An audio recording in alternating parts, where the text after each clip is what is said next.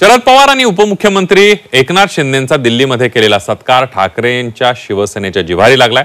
या सत्कारानंतर शिवसेना उद्धव बाळासाहेब ठाकरे पक्षाचे खासदार संजय राऊत यांनी पहिल्यांदाच शरद पवारांवर जाहीर टीका केली आहे। 2019 पासून काल परवापर्यंत संजय राऊत हे शरद पवारांच्या कार्याचे गोडवे गात होते। शरद पवार आणि संजय राऊत हे महाविकास आघाडीचे निर्माते असल्याचंही बोललं जात होतं, मात्र आता ही नाती दुरावल्याचं पाहायला मिळत आहे।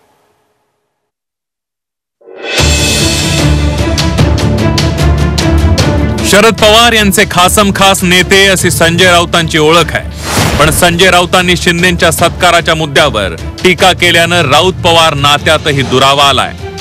दोघांचे पक्ष वेगळे असले तरी संजय राऊत शरद पवारांचे खंदे समर्थक होते। पवार कसे बरोबर हे नेहमी संजय राऊत सांगायचे।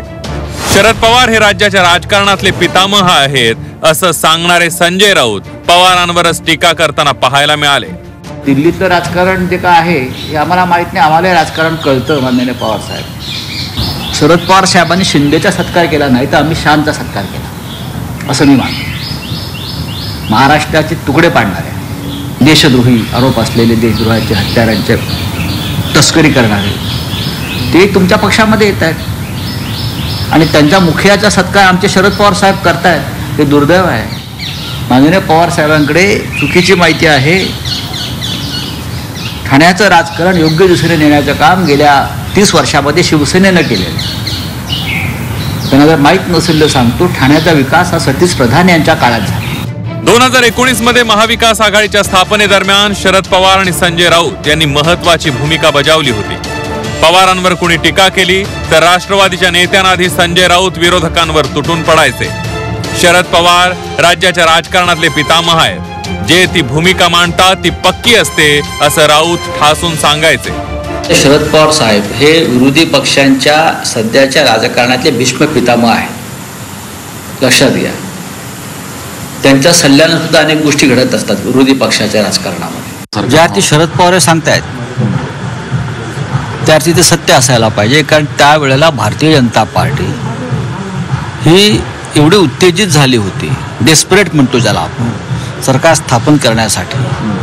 त्याच्यामुळे ते कोणाबरोबरही त्यांना सरकार काही करून महाराष्ट्रात त्यांना सत्ता स्थापन करायचीच होती। आमचं पवार साहेबांशी सतत चर्चा सुरू आहे। काल आणि परवा आम्ही सुद्धा या संदर्भात पवार साहेबांशी चर्चा केलेली आहे। आम्ही तिन्ही घटक पक्ष एकत्र, महाविकास आघाडी किंवा इंडिया या घटकातील नेते जेव्हा अशा ठिकाणी जातात तेव्हा लोकांच्या मनात संभ्रम होतो आणि शरद पवार इतके अनुभवी नेते आहेत की त्यांना हा संभ्रम काय आहे याच्याविषयी आम्ही सांगायला नाही। मागील 5 वर्षात संजय राऊत हे शरद पवारांची महती सांगताना जराही थकत नव्हते, मात्र त्याच वेळी शरद पवार तुम्हाला या जन्मात कळणार नाहीत असं म्हणत नितेश राणेंनी राऊतांना सुनावलं होतं। संजय राजाराम राऊत फार हुशारक्या मारत बोलायचे, ते पवार साहेबांना समजण्यासाठी 100 जन्म घ्यायला लागतील।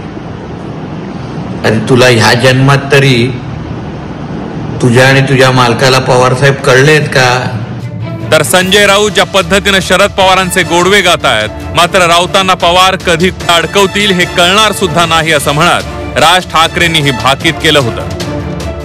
पवार साहेब खुश झाले, भीती वाटायला। आज पवार साहेब संजय राऊत वरती खुश आहेत।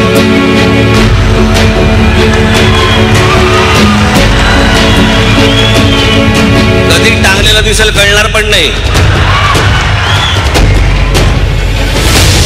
याच्यामध्ये अनेक काँग्रेसवाले गेलेले आहेत। राजकारणात कुणी कुणाचा कायमचा शत्रू नसतो आणि कुणी कुणाचा कायमचा मित्रही।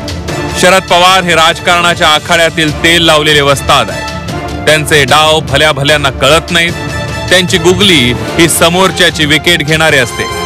राज्याच्या राजकारणात पवारांनी अशा अनेक विकेट घेतलेल्याही आहेत। संजय राऊतांना शरद पवार कळणार नाहीत हे विरोधकांचं भाकीत थोडंफार सत्यात उतरताना दिसतंय, मात्र संजय राऊत आणि शरद पवारांचं 2019ला विणलेलं राजकीय नातं काहीसं उसवताना दिसतंय। ब्युरो रिपोर्ट, झी 24 तास, मुंबई।